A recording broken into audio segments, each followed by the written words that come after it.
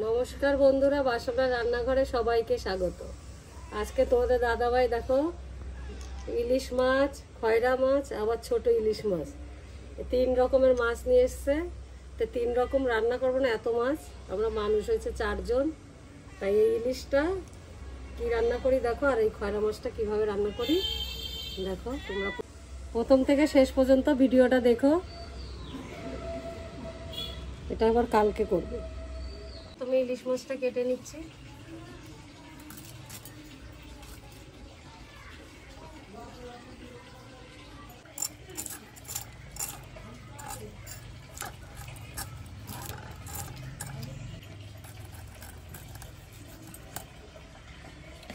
বাবা, টাটকাই আছে মাছটা, দেখো একদম রক্ত বেরোইছে, টাটকা আছে। তো মাছটাকে আগে ধুয়ে নেব।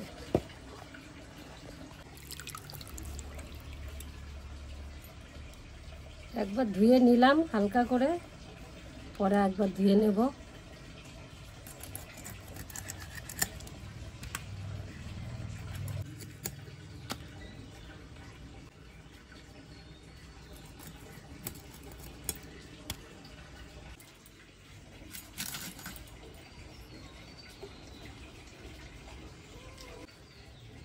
হ্যাঁ,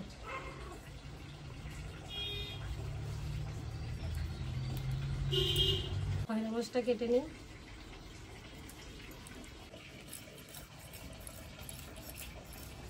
নবদ্বীপের খয়রা মাছ, আমাদের নবদ্বীপ ঘাটের।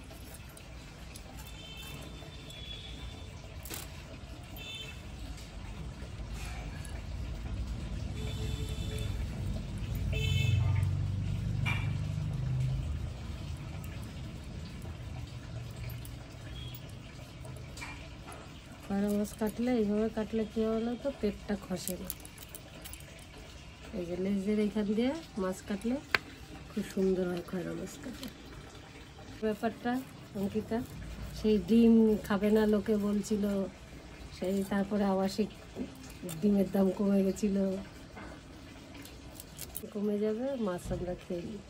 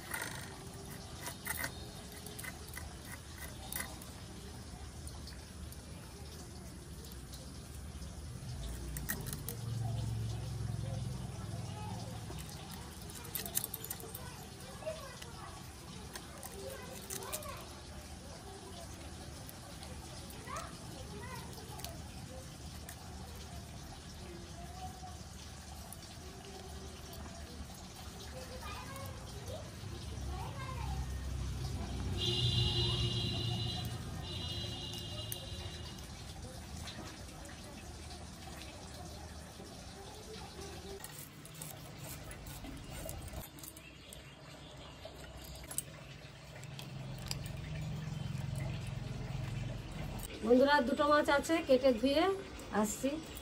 আবার আলু কাটা হয়ে গেছিলো, দেখানো যে মাই পাইনি, তাই আলুটা এখন সিদ্ধ করে নিচ্ছি।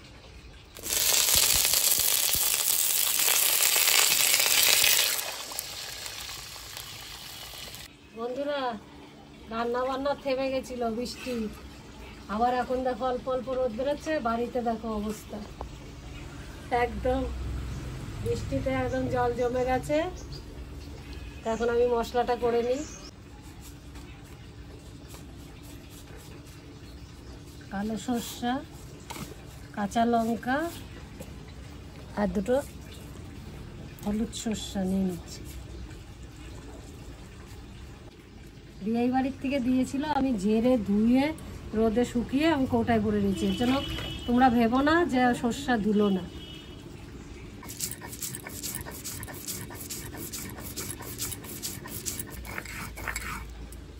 সিদ্ধ হয়ে গেছে, এবার নামিয়ে নিচ্ছি।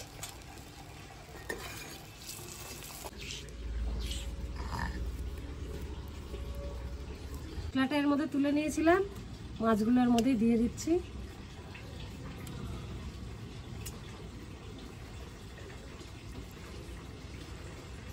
কড়াইতে তেল দিয়ে দিচ্ছি। খয়রা মাছগুলো এপিট ওপিট করে নেব। লবণ দিয়ে দিচ্ছি।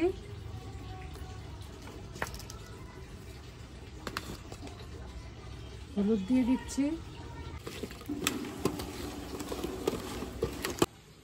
তেল গরম হয়ে গেছে, মাছটা দিয়ে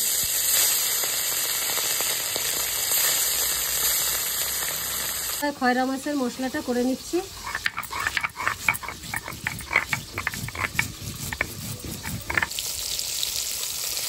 মাছটাকে উল্টিয়ে দিচ্ছি। মাছ ভাজা হয়ে গেছে, তুলে নিচ্ছি। বাকি মাছটাও ভেজে নিচ্ছি।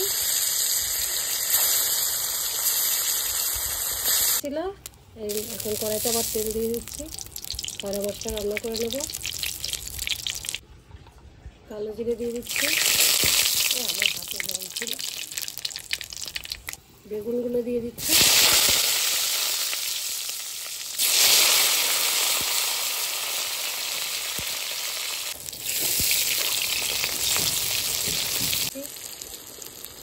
এখন বেগুনের ভেতর আনসাস করে লবণ দেব।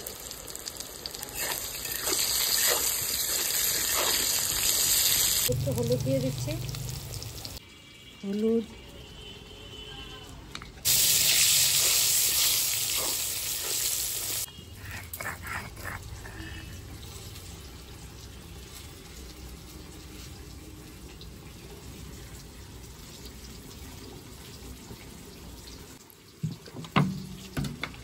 দিয়ে দিচ্ছি আন্দাজ মতন। তাও দিয়ে দিচ্ছি। বেগুনটা লাল লাল করে ভাজা হয়ে গেছে।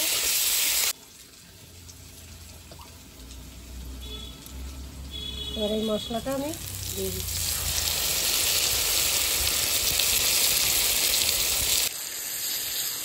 বাকি দেওয়া জলটাও দিয়ে দিচ্ছি।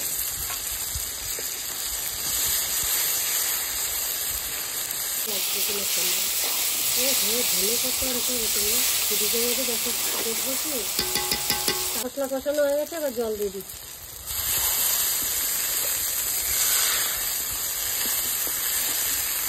ধনে পাতাটা দিয়ে দেবো। ঠিক আছে, এবার মাছটা দিয়ে দিচ্ছি।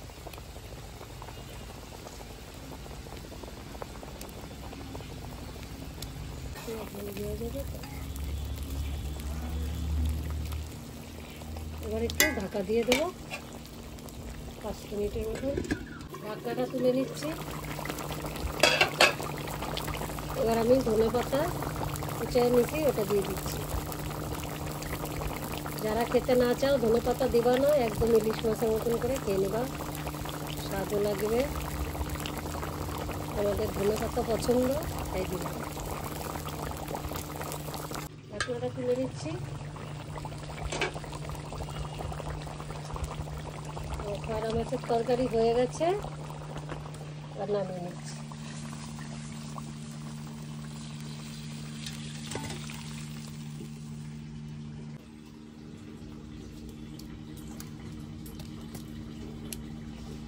এবার দিয়ে দেবো হলুদ, সামান্য এক ফোঁটা কাঁচা তেল দিচ্ছি।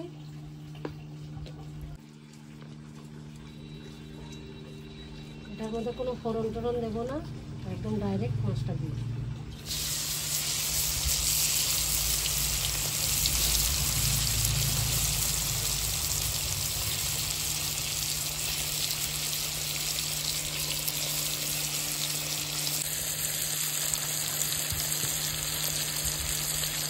এবারে বাকি জল দিয়ে দিচ্ছি।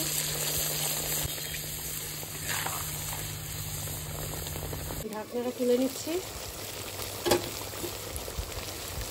সরষে ইলিশ হয়ে গেছে। আর একটু কাঁচা তেল দেবো, দিয়ে নামিয়ে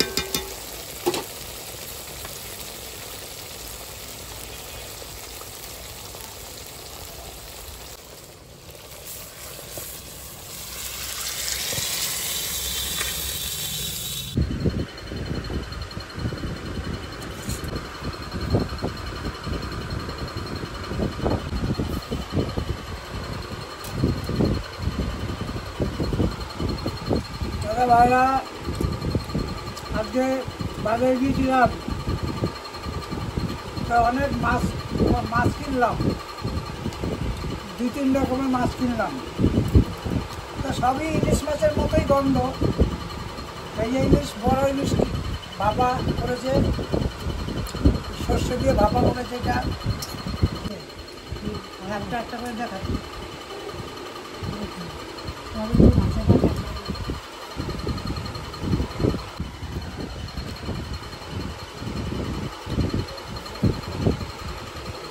খেতে খুব ভালো লাগবে।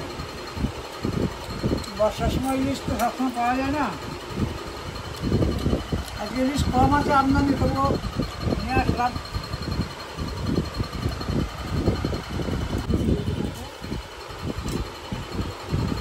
মাছটা বেশি বড় না, কিন্তু মাছের খুব তেল আছে। আমরা হালকা হালকা ডিম হয়েছে, ডিমটা খেতে ভালো।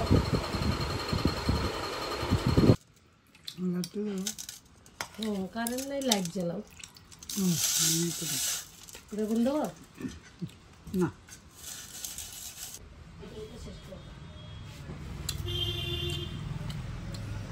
এই যে নদীর থেকে খয়রা মাছ এনেছিলাম, এটা চাপিলা খয়রা বলে, চওড়া চওড়া। এই মাছটা পাওয়া যায় না সবসময়। খেতে সে অনেকটা ইলিশ মাছের মতোই স্বাদ।